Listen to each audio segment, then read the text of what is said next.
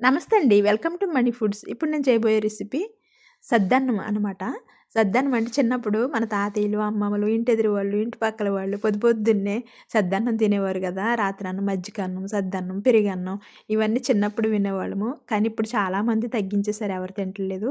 కానీ ఇందులో ఎంతో ఆరోగ్యకరమైన యాంటీ ఆక్సిడెంట్స్ ఉంటాయండి. ప్రోబయోటిక్స్ ఉంటాయి. ప్రోబయోటిక్స్ అంటే మంచి గుడ్ బ్యాక్టీరియా ఉంటదనమాట. అదిగో నేనైతే దీనికోసం రైస్ వండుకున్నాను. నైట్ అనమాట. నైటు. నేను నైటు రైస్ మెత్తగా వండుకున్నాను. అది అది ఒక మట్టి బౌల్ గాని ఎందులోనైనా చేసుకోవచ్చు, ఏం పర్వాలేదు. రైస్ తీసుకొని, ఆ రైస్‌లో ఒక కప్పు పెరుగు వేస్తున్నానండి.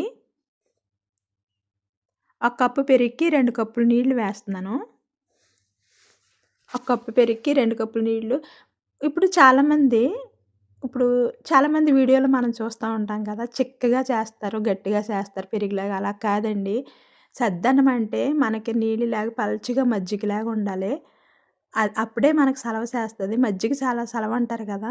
ఈ విధంగా చేస్తే నైటు వేడి వేడి అన్నంలో ఒక కప్పు పెరుగు, 2 కప్పులు నీళ్లు వేసుకొని, అందులో ఒక ఉల్లిపాయ ఇలా స్లైసెస్ కింద కట్ చేసుకొని, నై ఇలా వేసుకొని పైన ఒక పచ్చిమిరపకాయ కూడా 2 చీరికలు చేసి, ఆ పచ్చిమిరపకాయ కూడా వేసి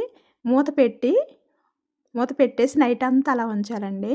నైట్ అంతా అలా ఉంచితే అందులో ఉన్న ప్రోబయోటిక్స్ ఏర్పడతాయన్నమాట. మనకి మంచి గుడ్ బ్యాక్టీరియా ఏర్పడతది అందులో. తర్వాత ఉదయాన్నే తినాలది. అప్పుడు ఉదయానికి సద్దన్నం చాలా టేస్టీగా, యమ్మీగా కూడా ఉంటది. ఎంతో ఆరోగ్యం అంతా అందులోనే ఉంటదండి. మీరు ప్రతిరోజు తినకపోయినా అదిగో ఉదయానికి రెడీ అయిపోయింది సద్దన్నం. కొంచెం సాల్ట్ వేసుకొని, కొంచెం ఉప్పు వేసుకొని, ఆ ఉల్లిపాయలు, ఆ పచ్చిమిరపకాయ దంచిపెట్టుకు తింటుంటే ఆ రుసే వేరబ్బా! చాలా బావుంటుందండి. ఇప్పుడైతే పిల్లలైతే ఎవరికీ తెలీదు ఈ రైసు. సద్దన్నం అంటే ఎవరికీ తెలీదు. కానీ సద్దన్నం తిన్న మన నానమ్మలు, అమ్మమ్మలు, తాతయ్యలు ఎంతో ఆరోగ్యకరంగా ఉండేవారండి. అప్పుడు ఇంతమంది డాక్టర్లు కూడా ఉండేవారు కాదు. ఇన్ని జబ్బులు కూడా ఉండేవి కాదు.